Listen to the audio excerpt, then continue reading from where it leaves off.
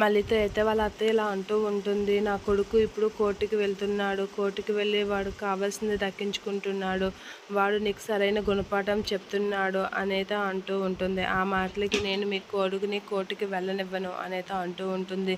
నువ్వు ఎలా వెళ్ళనివ్వో నేను చూస్తాను, అది నీ జన్మలో నువ్వు చేయలేని పని అనేత అంటూ ఉంటుంది వాళ్ళ అత్తయ్య. ఆ మాటలకి నేను మీ కొడుకుని కోర్టుకి వెళ్ళనివ్వకుండా చేసే అస్త్రం నా దగ్గర ఉంది, నేను ఎట్టి పరిస్థితుల్లోనూ నీ కొడుకుని వెళ్ళకుండా ఆపగలను అని మళ్ళీ సవాల్ చేస్తూ ఉంటుంది వాళ్ళ అత్తకి. మీ కొడుకుని కోర్టుకి వెళ్ళకుండా ఆపే బ్రహ్మాస్త్రం నా దగ్గర ఉంది, ఆ బ్రహ్మాస్త్రానికి ఎవరైనా తల వంచాల్సిందే, వాళ్ళని తల వంచకపోతే వాళ్ళని నిలువున కాల్చేస్తుంది అనేత అంటూ ఉంటుంది. ఆ మాటలకి మాలిని కూడా షాక్ అవుతూ ఉంటుంది. ఇక మళ్ళీ అయితే వాళ్ళ అత్తతో చాలా ఘాటుగా మాట్లాడుతూ ఉంటుంది.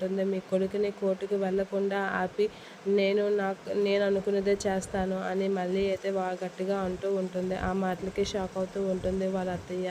ఇక మాలిని కూడా అలా చూస్తూ ఉంటుంది. ఇక మళ్ళీ అయితే ఆలోచిస్తూ ఉంటుంది, ఎలా చేయాలి ఏంటి అనేది తన గదిలోకి వెళ్ళి ఆలోచిస్తూ ఉంటుంది. మళ్ళీ అయితే ఏం చేస్తుందో ఏంటో మళ్ళీ అనేది అలా చూస్తూ ఉంటుంది. ఇక మళ్ళీ అయితే తన గదిలో ఉండి ఏం చేయాలా అని ఆలోచిస్తూ ఉంటుంది. గౌతమ్ అయితే రేపు కోర్టులో నాకు ఎటువంటి తీర్పు వస్తుందా అని ఆలోచిస్తూ ఉంటాడు గౌతమ్ కూడా.